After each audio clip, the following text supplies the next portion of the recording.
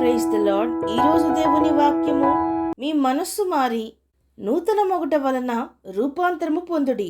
రోమీలకు రాసిన పత్రిక 12వ అధ్యాయము 2వ వచనము. ప్రజలారా, అపోస్తులుడైన పౌలు ఈ విధంగా అంటున్నాడు, మీరు ఈ లోక మర్యాదను అనుసరింపక ఉత్తమమును అనుకూలమును సంపూర్ణమునై ఉన్న దేవుని చిత్తమేదో పరీక్షించి తెలుసుకున్నట్లు మీ మనస్సు మారి నూతన మొగట వలన రూపాంతరము పొందుడి అని. ప్రజలారా, మనలో అనేక మందిమి బాప్తిస్మము తీసుకున్నామని అంటున్నాం, విశ్వాసులమని అంటున్నాం, రక్షణ పొందుకున్నామని అంటున్నాం, మారు మనస్సు పొందుకున్నామని అంటున్నాము. కానీ మనము అక్కడే ఆగిపోయి ఉన్నాం, ఆ భక్తి జీవితంలోనే ఆగిపోయి ఉన్నాం. కొందరము ఆచార భక్తిని పాటిస్తూ అక్కడే ఆగిపోయి ఉన్నాము. మన ప్రధాన గమ్యము, గురి ఏదనగా క్రీస్తు యేసును సొంత రక్షకునిగా అంగీకరించిన వారందరూ, ఆయన రక్తంలో కడుగబడిన వారందరూ, నూతన జీవితమును పొందుకున్న వారందరూ, ఆయనను విశ్వసించిన వారందరూ క్రీస్తు స్వభావములోనికి మార్చబడవలెను, రూపాంతరము పొందవలెను, ఆయన బిడ్డలుగా ఆయనను పోలి నడుచుకొనవలెను. యేసుక్రీస్తు ప్రభువు మనందరికీ ఉంచి వెళ్ళిన మాదిరిని మనము ధరించుకొని నడవవలెను. మునుపు మనం పాపులమై ఉండవచ్చు, అయితే ఇప్పుడు మనం పరిశుద్ధులుగా జీవించవలెను. మునుపు మనము అబద్ధములు చెప్తూ కొండములు చెప్తూ అందరినీ మోసపరిచే వారముగా ఉండవచ్చు, కానీ మనము క్రీస్తు బిడ్డలమైన తరువాత సత్యమే మన నోట ఉండవలెను. ఎంత మాత్రము మోసము చేయువారిగా కొండములు చెప్పేవారిగా ఉండకూడదు. దేవుని దృష్టిలోను మనుషుల దృష్టిలోను నమ్మకస్తులై ఉండవలెను. మునుపు మనము గర్వహృదయులుగా అహంకారులుగా ఉండవచ్చు, అయితే ఇప్పుడు మనము దీన మనస్సు తగ్గింపు తత్వము ధరించుకునవలెను. మునుపు మనము అందరినీ ద్వేషించేవారిగా హీనపరిచేవారముగా ఉన్నామేమో, కానీ ఇప్పుడు మనము క్రీస్తు ప్రేమను కలిగి ఆ ప్రేమను పంచేవారముగా ఉండవలెను.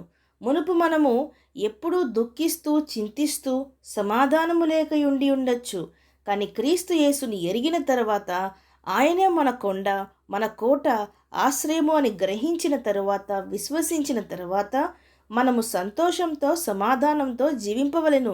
ఎందుకనగా మన సంతోష సమాధానములు ఎవరూ తీసివేయలేనివి. అవి పరిస్థితుల మీద మనుషుల మీద ఆధారపడక దేవుని పైన ఆధారపడును గనుక మనలో క్రీస్తు అనుగ్రహించిన సమాధానము సంతోషము ఉండవలెను. అవి మనల్ని ఏలుచున్నవలెను. ముందు మనము కోపావేశులై రౌద్రము కలిగి ఉండవచ్చును, కానీ ఇప్పుడు మనము దీర్ఘశాంతము సహనము కలిగిన వారిగా ఉండవలెను. మునుపు మనము కఠినులుగా ఉండవచ్చును, నేడు క్రీస్తును నమ్ముకున్నాక దయా కనికరములు కలిగి ఉండవలెను. మునుపు చెడ్డవారై ఉండి ఉండొచ్చు, కానీ ఇప్పుడు మంచివారిగా మంచి మార్గముల్లో మనం నడవవలెను.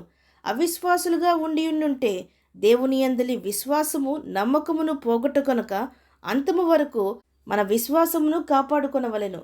ముండివారంగా కాక మూర్ఖులము కాక జ్ఞానవంతులుగా ఉండవలెను. మునుపు మనము ఎటువంటి నియంత్రణ లేక హద్దులు లేక విచ్చలవిడిగా జీవించేవారిమేమో, కానీ నేడు మనము అన్నిటిలో ఆశా నిగ్రహము కలిగి ఉండవలెను. మునుపు మనము శరీరాశలు లోకాశలకు చోటిచ్చి ప్రకృతి సంబంధమైన వారిగా శరీరానుసారులుగా జీవించామేమో, కానీ నేడు ప్రభువు ఆత్మ ద్వారా నడిపింపబడుచున్నాము గనుక ఆత్మానుసారులుగా పరసంబంధమైన వారిగా జీవింపవలెను. ఆత్మఫలములను మనము ఫలించవలెను. కాబట్టి ఇవన్నీ ఎలాగున కలుగును అనగా, యేసుక్రీస్తు జీవించిన జీవితమును ఆయన స్వభావము ఎట్టిదో గ్రహించుకొని ఆ వాక్యమును చదివితే ఆ ప్రకారంగా మనము రూపాంతరము పొంది క్రీస్తు యేసు స్వభావమును ధరించుకుంటాం. అవును అన్నవారు నాతో పాటు ప్రార్థనలో ఏకీభవించండి. ప్రార్థన. పరిశుద్ధుడా, ప్రేమగల తండ్రి, ఈరోజు మీరిచ్చిన ఈ వాక్యమును బట్టి మీకు స్తోత్రములు దేవా. ఇచ్చిన మారు మనసు రక్షణ భాగ్యమును బట్టి మీకు వందనములు తండ్రి.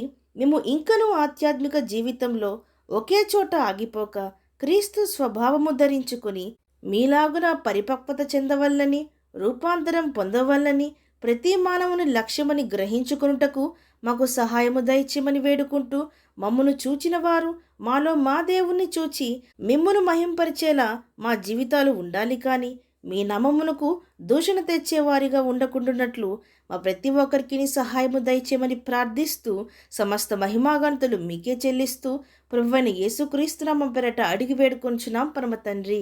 ఆమేన్.